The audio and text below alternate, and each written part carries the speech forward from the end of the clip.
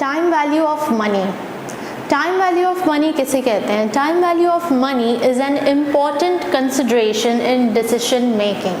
जैसा कि हम सब जानते हैं कि पैसे की वैल्यू दिन ब दिन कम से कम होती जाती है, ये एक लॉ है, होता ही है।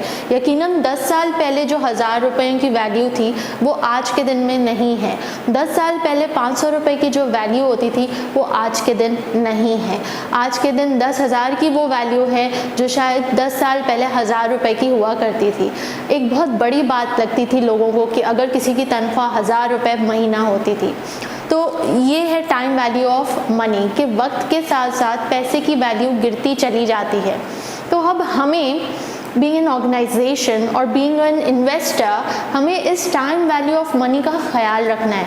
तो कैसे ख्याल रखेंगे? तो आइए देखते हैं। 2 तरीके हैं, एक है कंपाउंड इंटरेस्ट और एक है डिस्काउंटिंग। अभी हम पहले देखेंगे कंपाउंड इंटरेस्ट। कंपाउंड इंटरेस्ट किसे कहते हैं? एक सवाल के थ्रू समझते हैं। If we were to invest $1,000 in a bank account which pays interest of 10% per annum, सालाना इंटरेस्ट कितना मिल रहा है? 10%। और कितने इन्वेस्ट किए हैं? $1000 with interest calculated once each year at the end of the year। हमसे सवाल कह रहा है कि भाई पता लगाओ कि हर साल इसको कितना इंटरेस्ट देना पड़ेगा। तो देखते हैं, पहले साल इन्वेस्टमेंट कितने की है?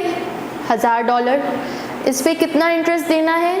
10% पर एनम, सालाना। कैसे करेंगे? $1000 को प्लस कर देंगे 10% ऑफ 1000 के साथ। 10% ऑफ 1000 कितना होता है? $100। तो 1000 प्लस $100 कितना बनेगा? $1100। क्लियर?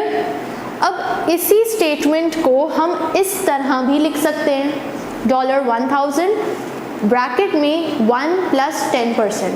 हम इसको भी अगर सॉल्व करेंगे तो यही जवाब आएगा।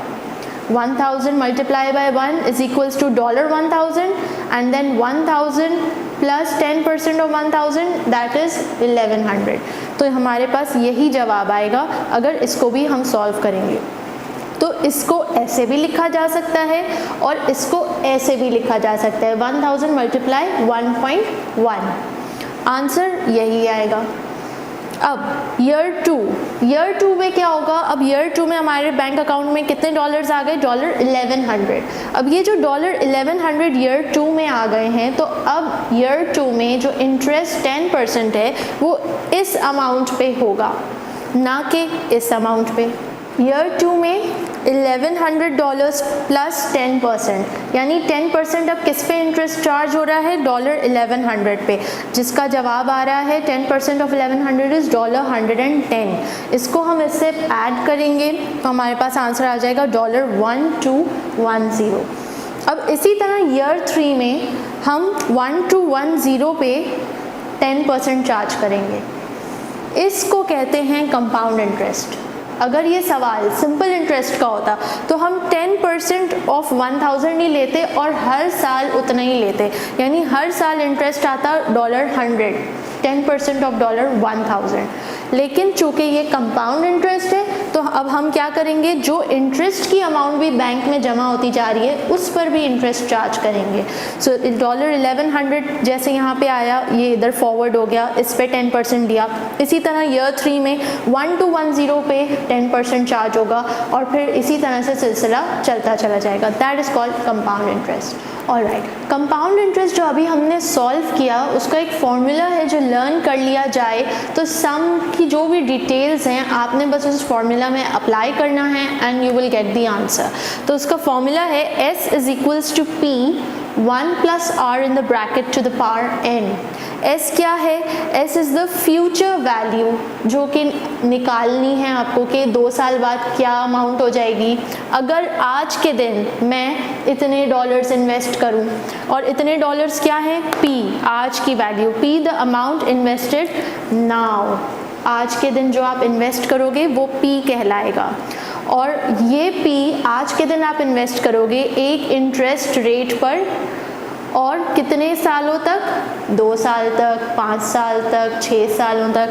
तो 6 साल बाद क्या अमाउंट आपको मिलेगी, that is S. So this is the compound interest. S is equals to P 1 plus R to the power N. आज के दिन आप क्या इन्वेस्ट कर रहे हो, कितने रेट पे कर रहे हो, कितने सालों के लिए कर रहे हो, और आपको उतने साल बाद कितनी अमाउंट मिल जाएगी. So this formula is there, you need to learn this, and जो भी सम है आपने उस पर अप्लाई कर देना है डायरेक्टली ये formula, you will get the answer. Discounting. Discounting कैसे डिफरेंट है कंपाउंड इंटरेस्ट से, आइए देखते हैं. कंपाउंड इंटरेस्ट में हमने देखा कि हम ये फॉर्मूला अप्लाई करेंगे.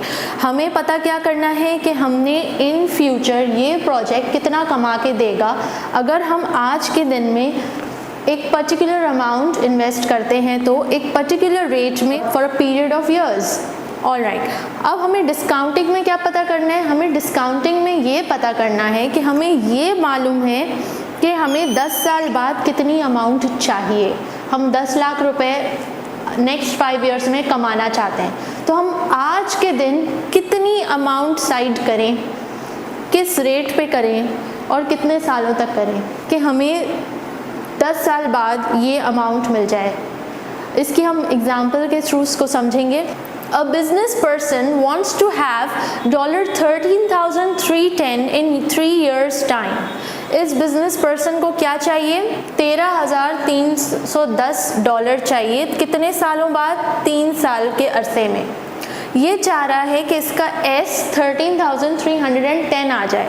कितने साल बाद, 3 साल बाद. तो हम अगर इसको यहाँ पे लिख लें 13,310 इज इक्वल्स टू, इसको P फाइंड आउट करना है. इसके पास क्या R गिवन है, yes 10% per annum.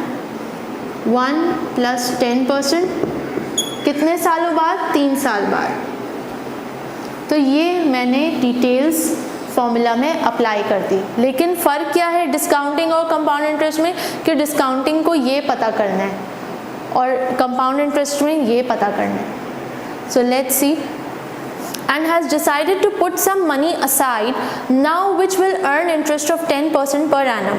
How much money must they put aside in order to build up the investment to $13,310 as required? आज के दिन कितने पैसे अलग करके रखें, यानी कितना P निकालें ताकि हमें 3 साल बाद 10% रेट ऑफ इंटरेस्ट पे 3,310 मिल जाए. हम चाहें तो इसको यहाँ पे रख के सॉल्व कर लें, या हम चाहें तो उसको इस फॉर्मूला पे रख के सॉल्व कर लें. और देखें 13,310 divide by 1 plus 10% to the power 3 will give you $10,000. यानी आज के दिन हमें $10,000 साइड पे रखने चाहिए या बैंक में इन्वेस्ट करते जाने चाहिए ताकि 3 साल बाद वो 10,000 10% के इंटरेस्ट के हिसाब से 3,310 बन जाए. That is what discounting is all about. अब आपके स्क्रीन पे एक प्रेजेंट वैल्यू टेबल आएगा. वो प्रेजेंट वैल्यू टेबल में कुछ रेट्स गिवन है और उन रेट्स की अमाउंट्स गिवन है, फिगर्स गिवन है. वो क्या है, वो बेसिकली ये है 1 plus R to the power of N. वो डिफरेंट रेट्स के and different number of years के उन्होंने ऑलरेडी सॉल्व करके वो फिगर्स दी हुई हैं जिनको हम डायरेक्टली भी यूज़ कर सकते हैं अपने सम्स में, और जिसको हम सॉल्व आउट भी खुद कर सकते हैं. यकीनन सॉल्व करने में थोड़ा टाइम लग जाएगा एग्ज़ाम टाइम में, और जब आप उस टेबल को रेफ़र करके रेट्स निकाल लेंगे, उसकी फिगर्स निकाल लेंगे, तो आपका सम जल्दी सॉल्व हो जाएगा.